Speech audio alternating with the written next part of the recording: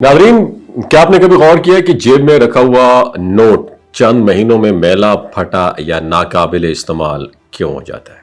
असल मसला सिर्फ महंगाई नहीं बल्कि वो कागज है जिस पर हमारी करेंसी छपी हुई होती है। यही वो पॉइंट है जहां पाकिस्तान की करेंसी एक नए मोड़ की तरफ बढ़ती हुई दिखाई दे रही है। इस वक्त पाकिस्तान में 10 रुपए से लेकर 5,000 रुपए तक मुख्तलिफ मालियत के 7 करेंसी नोट सर्कुलेट कर रहे हैं। और हालिया बरसों में स्टेट बैंक ने बड़ी मिकदार में नए नोट जो है ना प्रिंट किए, छापे हैं। सिर्फ एक साल के अंदर करेंसी इन सर्कुलेशन में नुमाया इजाफा हुआ, और जिसका मतलब यह हुआ कि ज्यादा नोट, ज्यादा इस्तेमाल और फिर ज्यादा तेजी से खराब होना।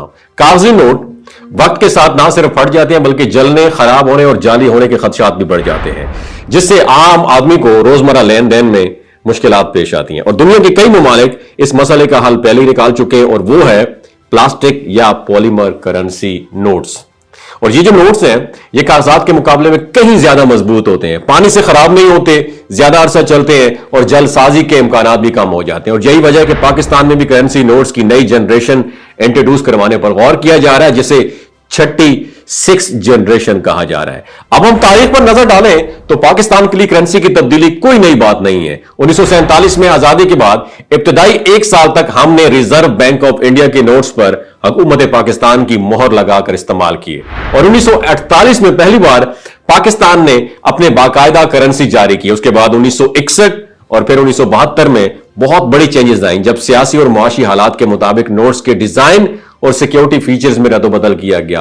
और बाद के बरसों में मुख्तलिफ औकात में मामूली तब्दीलियां होती रही, जैसे रंग, साइज या सिक्योरिटी लाइंस। अब एक बार फिर वक्त की डिमांड यही है कि करेंसी को जदीद बनाया जाए। पॉलीमर नोट्स ना सिर्फ ज्यादा ड्यूरेबल, पायदार होंगे बल्कि मईशत पर भी मस्बत असर डाल सकते हैं, क्योंकि बार बार नए नोट्स छापने की लागत कम हो जाएगी और आम आदमी के लिए फायदा यह होगा कि नोट लंबे अरसे तक काबिल इस्तेमाल रहेंगे और लेन देन में भी एतमाद बढ़ेगा। करेंसी सिर्फ कागज या प्लास्टिक का टुकड़ा नहीं होती, ये किसी भी मुल्क की मुआशी पहचान होती है। अगर पाकिस्तान जदीद तकाजों के मुताबिक अपनी करेंसी को अपडेट करता है तो यह ना सिर्फ एक टेक्निकल चेंज होगी बल्कि इस बात की भी अलामत होगी कि हम मुस्तकबिल की मईशत के लिए खुद को तैयार कर रहे हैं। आपकी क्या राय है नीचे कमेंट सेक्शन में जरूर बताइएगा। बहुत शुक्रिया।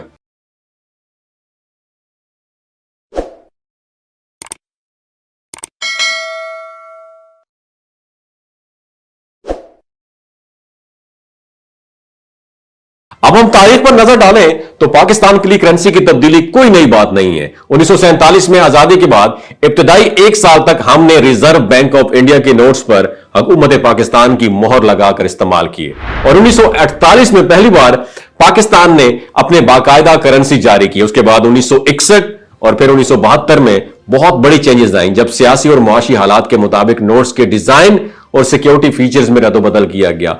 और बाद के बरसों में मुख्तलिफ औकात में मामूली तब्दीलियां होती रही, जैसे रंग, साइज या सिक्योरिटी लाइंस। अब एक बार फिर वक्त की डिमांड यही है कि करेंसी को जदीद बनाया जाए। पॉलीमर नोट्स ना सिर्फ ज्यादा ड्यूरेबल, पायदार होंगे बल्कि मईशत पर भी मस्बत असर डाल सकते हैं, क्योंकि बार बार नए नोट्स छापने की लागत कम हो जाएगी और आम आदमी के लिए फायदा यह होगा कि नोट लंबे अरसे तक काबिल इस्तेमाल रहेंगे और लेन देन में भी एतमाद बढ़ेगा। करेंसी सिर्फ कागज या प्लास्टिक का टुकड़ा नहीं होती, ये किसी भी मुल्क की मुआशी पहचान होती है। अगर पाकिस्तान जदीद तकाजों के मुताबिक अपनी करेंसी को अपडेट करता है तो यह ना सिर्फ एक टेक्निकल चेंज होगी बल्कि इस बात की भी अलामत होगी कि हम मुस्तकबिल की मईशत के लिए खुद को तैयार कर रहे हैं। आपकी क्या राय है नीचे कमेंट सेक्शन में जरूर बताइएगा। बहुत शुक्रिया।